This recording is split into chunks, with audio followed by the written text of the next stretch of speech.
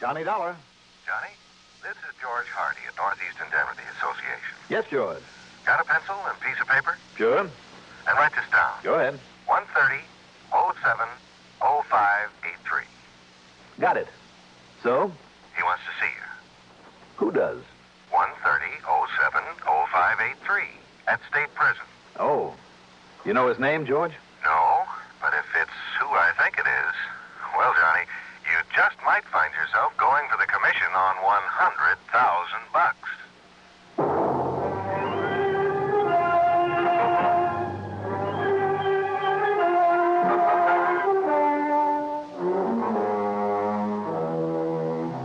The CBS Radio Network brings you Mandel Kramer in the exciting adventures of the man with the action-packed expense account, America's fabulous freelance insurance investigator, Yours truly, Johnny Dollar.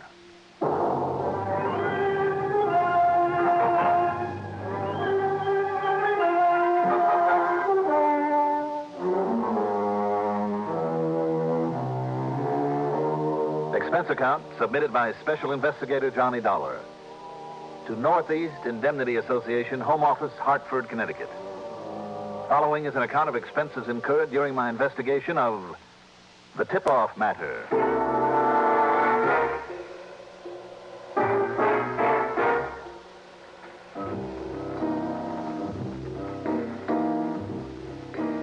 Expense account item 1 is $4.60 for a tank full of gas, despite the fact that the state pen is only a few miles south in Wethersfield, a town with a population of about 20,000, where the father of our country once planned the historic Battle of Yorktown. In other words, George Washington slept there. An assistant warden led me not to one of the cell blocks, but to a screened-off corner in a hospital ward. The man who lay there was in his early 30s, but he looked 100, thin, drawn, emaciated, with the pallor of death on his face. It was a full minute before I recognized him as Turner McGackie, up for safecracking, whom I hadn't seen since the day the judge handed out his term some 10 years before. Pretty funny, huh, Dollar? I'm due to get out. Instead, I lay here dying. Oh, now, come on. Who told you that, McGackie? Now, come on, don't you try and kid me too, Dollar. I ain't got long, and I know it. That's why I had him send for you, see. Maybe you can stop a killing, Dollar. A killing? From that safe job that got me in here. That was 10 years ago. Only they never found the loot from it, did they? Oh, I see. And you know what it is, Mac? Look, this ain't easy, Dollar, me telling this, but you're the only one I got any respect for. Respect for me? Mac, I was partly responsible for putting you here. Yeah, sure, Dollar. I hated your guts. Then I did. Only yesterday, the warden, he told me about what you've done for Tommy, my kid brother.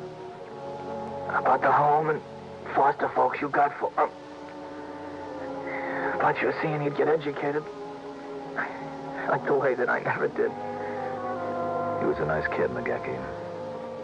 It's all because of you. The kid has a chance to play it straight. Get somewheres. I think he will, too. He doesn't know about me. He didn't know I was there, Mac. There? Yeah. I stood in the crowd and I watched him graduate from high school. With honors. You'd have been proud of him, Mac. Yeah. Proud. And all on account of you give him what I couldn't never give him. Tommy deserved a chance like any other kid. That's all. Yeah, but the way you done it. You're letting them think I'd been killed. Some kind of an accident. You're never letting them know about my record. What I really was. And now he's got no spots on him. He's got nothing to live down to make him ashamed. And all this time I didn't know about what you've done for him. I just kept hating you. But I didn't know. Look, Mac, that's all water under the bridge now. So now I'm going to make up to you, Dollar. There's no need to, Mac. Look, you're getting tired. I better leave you now. Yeah, but the loot from that safe job, 100 G's. Oh? So, listen. While I can... Listen. Real careful. Real careful, Dollar.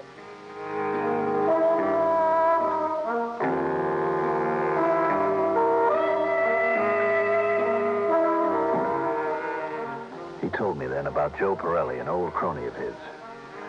Pirelli, now posing as a fisherman, living in Mac's old cottage on Peconic Bay, Long Island, near the town of Cutchogue. He told me about a safe in the cellar of the cottage, and the fact Pirelli knew only half the combination to it. And the other half? 2 weeks ago, when he'd found out that he was going to die, Mac had given the other half to a crook by the name of Danny Russeloff, who'd pulled the heist with him, who was also there in the pen, who'd not only been a boxman, but a killer. Okay, fine. Except for one thing. I wouldn't have told Danny. Not if I'd known then about what you'd done for my brother. Look, Mac. But now I do know. So it's you that's gonna have that dough. No, it'll go to the insurance company, Mac. Look, if Danny gets to him first, Danny will kill Pirelli. Take it easy now. Don't get yourself too excited. Don't you see, having the whole combination between them? Danny will get the dough, then he'll kill Pirelli. Well, look, if you gave me the combination. Yeah. All right, then. You'll give me your word. You'll protect Pirelli. Kind of his keeping that dough for me all this time. Mac, I'll do what I can for him. But first, while I'm here at the pen, I better get things straight with Danny Russeloff. No, Dollar. Danny's getting out of here today. Getting out? You mean they're releasing him? Yeah. So you gotta go for that dough and now go see Pirelli. Okay, Mac. Now, the combination of the safe. Yeah. First it's right. Turn it right. Yeah. Number. Dollar, I can't breathe. Mac. Come on, Dollar. Come on, Mac. Help me. Orderly. Help me. Nurse, get a doctor in here.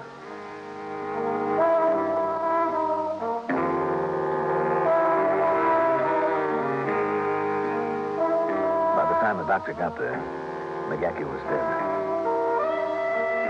I asked the warden about Danny Russeloff then. Yes, Mr. Dollar, we sent him on his way about an hour ago. And all I can say is good riddance. Okay. Expense account item 2, $150 for a plane, a charter job. We took off and headed south. How Dick Spidell, the pilot, ever managed to sit down among the sand dunes near Cutchogue in semi-darkness, I'll never know. But after a walk of about a mile, I found a gas station. Item 3, $20 to the gas jockey for the use of his stripped-down vintage car.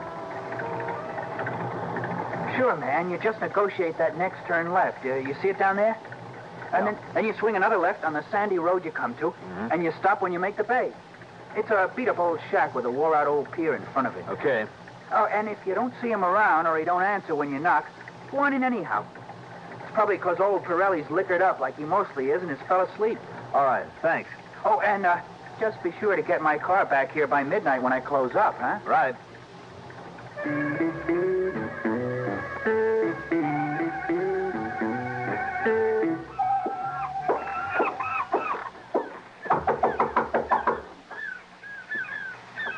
Mike? Pirelli? Anybody here? Stop knocking down the door. Come on, open. Okay. All right, Pirelli, Oh, Yeah, you got a gun. because I've been waiting for you. You're a lousy shot, Pirelli.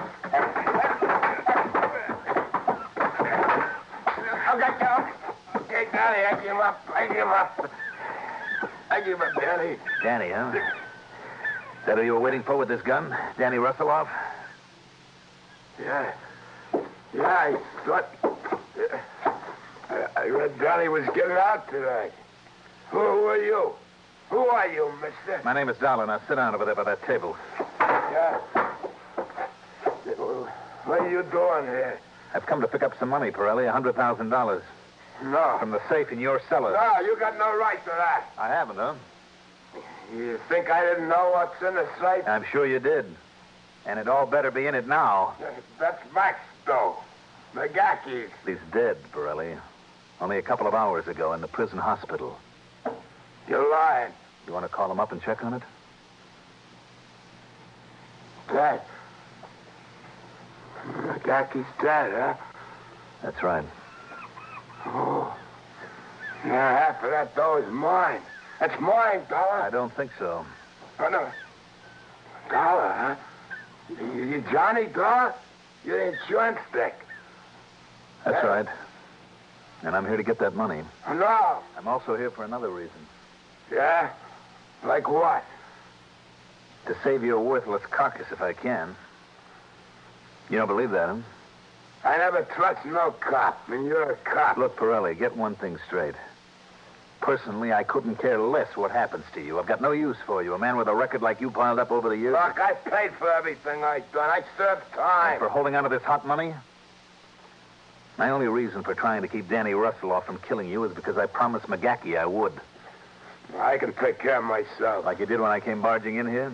Okay, so maybe you... Look, Danny Russelloff's the killer, and he's got the other half of that safe combination. What? Yes, because McGacky gave it to him when he found out he was going to die. And you think Danny couldn't force your half out of you with a gun in your belly? If you refused to help him open that box? And then when he got the dough, he'd kill you. No, I still wouldn't tell him my half. He'd kill you anyway and then blow the safe. That used to be his business. So whatever happens, Pirelli, without me, you end up dead. Dollar, listen. Now, look, I know it'll mean breaking my word to McGacky, but if that's the way you want it, all I have to do is just sit on the sidelines, wait for Danny to get here, for the safe to be open one way or another, see you get knocked off, and then move in on Danny. Yeah, okay, but maybe I can get him first. Sure. Go on. Try it. But if you do get lucky, if you do kill him before he kills you, I promise you one thing, Pirelli. I'll see you end up in the chair. Would you like to think about that for a while? Just don't take too long, though, Because I doubt if Danny's going to waste much time getting down here. And if I'm not around when he does get here? Well, Pirelli? Okay. What do you want me to do? Got enough food around here to keep us for a couple of days? Sure, I got plenty. All right, then I'm moving in. Have you got a phone? No. Only plenty of food and booze. I can see that.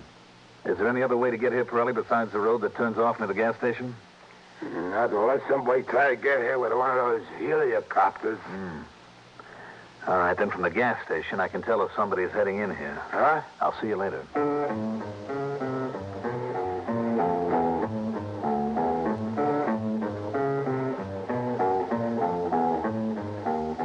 Item 4, back at the gas station, out on the highway, $100 even.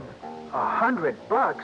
Oh, for that, man, I'll ride a bicycle or borrow my sister's car, and you can keep the old crate. No, Jimmy, I'll only need it for a day or two, I hope. All the time you want. And is there anything else I can do, Mr. Dollar? Just let me have a handful of change to throw at this payphone of yours.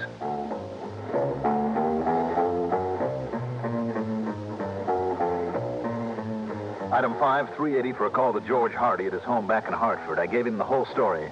Good, Johnny, good. I had a feeling it had to do with that safe-cracking job we had to make good on. Now, how do I contact you down there? You don't. I'll have to contact you. What are you thinking of? Well, you said this Danny Russelloff hasn't shown up there yet. Not yet. Though he's had plenty of time by now. Maybe Danny's playing it smart now he's on parole. What do you mean? Well, he's supposed to report in here in Hartford where he used to live, isn't he? Probably. So he'll do that first to give a good impression. Make everybody think he's on the up and up. Maybe.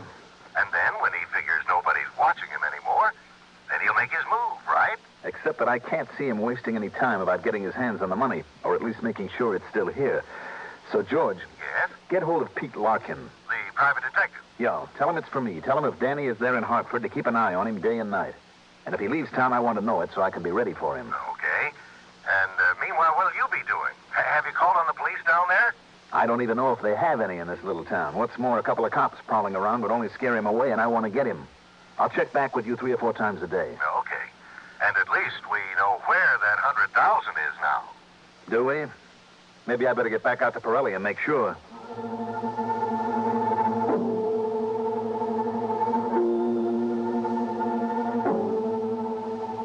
The safe was still there in Mike Pirelli's cellar, intact. And Mike himself, in the process of getting very, very drunk. But in answer to my question... Yeah, okay. It's only the last 2 numbers of the combination that I know. All right, what are they? It's 2 turns to the right. 2 turns to the right to what number? It's 81. 2 turns to the right to 81. Yeah. And then? Hey, listen, Dollar. And then, Mike? Then left, left 14. Then left to 14. Yeah, that's it. Okay. Hey, listen, Dollar, I'm scared now. You got me scared. Give me the... Here, go ahead. Help yourself. Yeah. Maybe enough of that stuff will at least keep you... Hold it. Listen. Huh? Hold it. What? You hear that? What? Yeah. It's the car out there. All right, let me douse these lights. You see it there? You know that car? No. Hey, but that's Danny. Be quiet. There's someone in here that killed me, Dollar.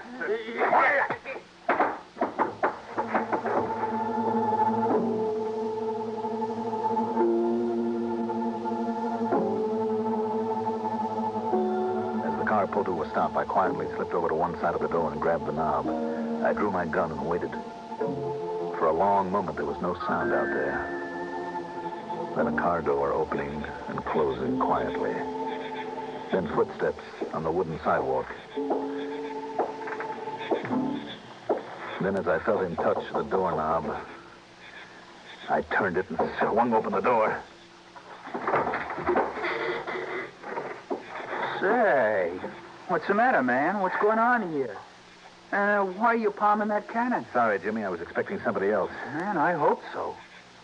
Hey, what happened to him, to old Pirelli? Oh, well, he... Oh, yeah. Yeah, I see the jug now. Mm-hmm. Falling down drunk again, huh? Oh, but, here, Mr. Dollar. The reason I stopped by is I forgot to give you this key to the trunk of my car in case you need it. Oh. Okay, Jimmy, thanks. And, listen, I've been thinking... Mm-hmm. Your name is Dollar, huh? Johnny Dollar, that investigator? Man, I think you're the most. Look, Jimmy, if Johnny Dollar was around here, if he was setting a trap for some crook... Yeah? And if anybody blabbed about it to anyone, Johnny Dollar might end up very dead. You understand that? Don't worry. Don't you worry. Just let me know how you make out, will you? I'll let you know. Yeah. And thanks. Thanks, Johnny.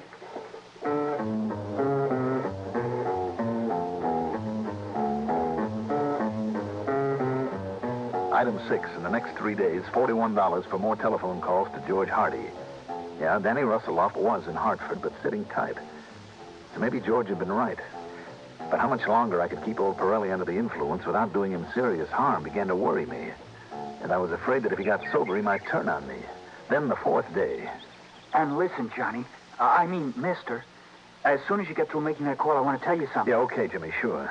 And I hope you haven't been worried about my telling anybody you're here because I haven't told anyone. Hello? George? Johnny Dollar? Yeah. Thank goodness you called. When I got back here from lunch, Pete Larkin, that private eye you had me call... Yes? Early this morning, Danny Russelloff got away from him. He did. Pete's lost him entirely. So, Johnny, if I were you... Okay, George. Now, what I was going to tell you... Jimmy, I'm sorry. I haven't time now. But about that other car that started down the road... What? Well, yeah, down at Pirelli's place. When? Well, about an hour ago. But then it came back to the highway. Did you get the license? Oh, I didn't get the number. It was Connecticut, though. All right. Now, after he came back to the highway? Down that way. I see. Look, Jimmy, is there another road around here that goes to the bay? Yeah, the old fishing club below Pirelli's place. Okay. Here. A sawbuck? Yeah. But why? What did I do? I'll let you know.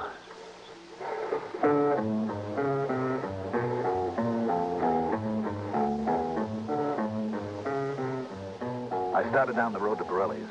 But don't know. Because if it had been Danny, the reason he turned around and come back to the highway was because he'd seen my car there. So instead, I took the road to the fishing club. And there it was, beside the abandoned clubhouse, a rental job with Connecticut plates. Leading away from it were footprints in the sand, leading toward Pirelli's. As I got close to the cottage by crawling on my belly behind the sand dunes, I managed to work my way around to one of the windows. I waited and listened. Not a sound inside. A trap? Maybe so.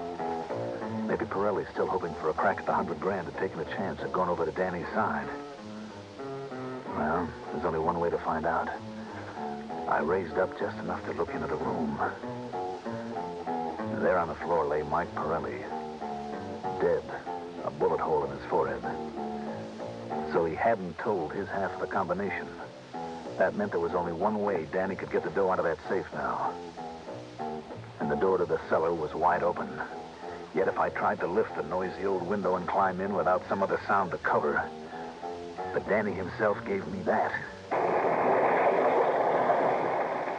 By the time the noise of his nitro job on the safe had died away, I was inside the house and halfway down the cellar steps. All right, Danny, raise them up over your head. Huh? Don't move. Get those hands up high. Oh, yeah? Yeah, mister? Well, look. You reach for a gun, Danny, now pull the trigger. Oh, no, you don't. You see this? This bottle, mister? Nitro. It's nitro, and I can throw it even with a slug in me, and you're dead. If I can hit that bottle from here. Now, back up. Drop the gun. You try throwing that bottle of nitro, Danny. Yeah, that's you. Set it down now, gently. Set it down. No, I'm throwing it now.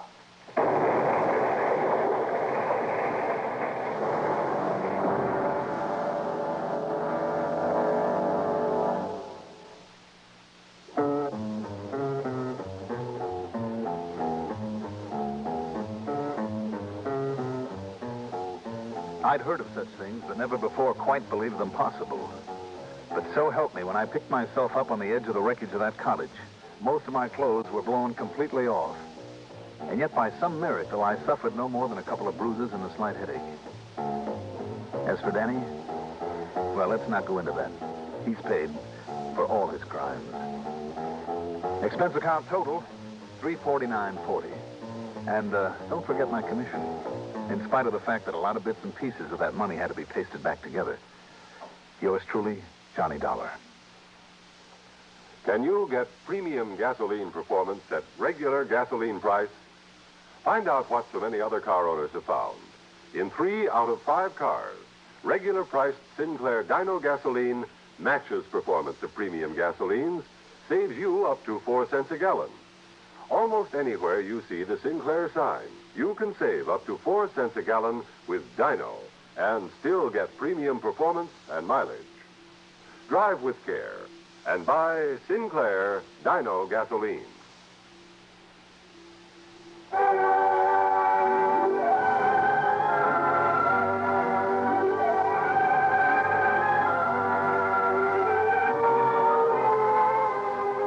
Yours truly, Johnny Dollar, is written by Jack Johnstone, produced and directed by Fred Hendrickson. Johnny Dollar is played by Mandel Kramer. Also featured in our cast were Jackson Beck, Joseph Julian, Jack Grimes, Bob Maxwell, and Peter Fernandez. Music supervision by Ethel Huber. Sound patterns by Walter Otto. Tomorrow begins a new week's hilarity with Arthur Godfrey Time on the CBS Radio Network.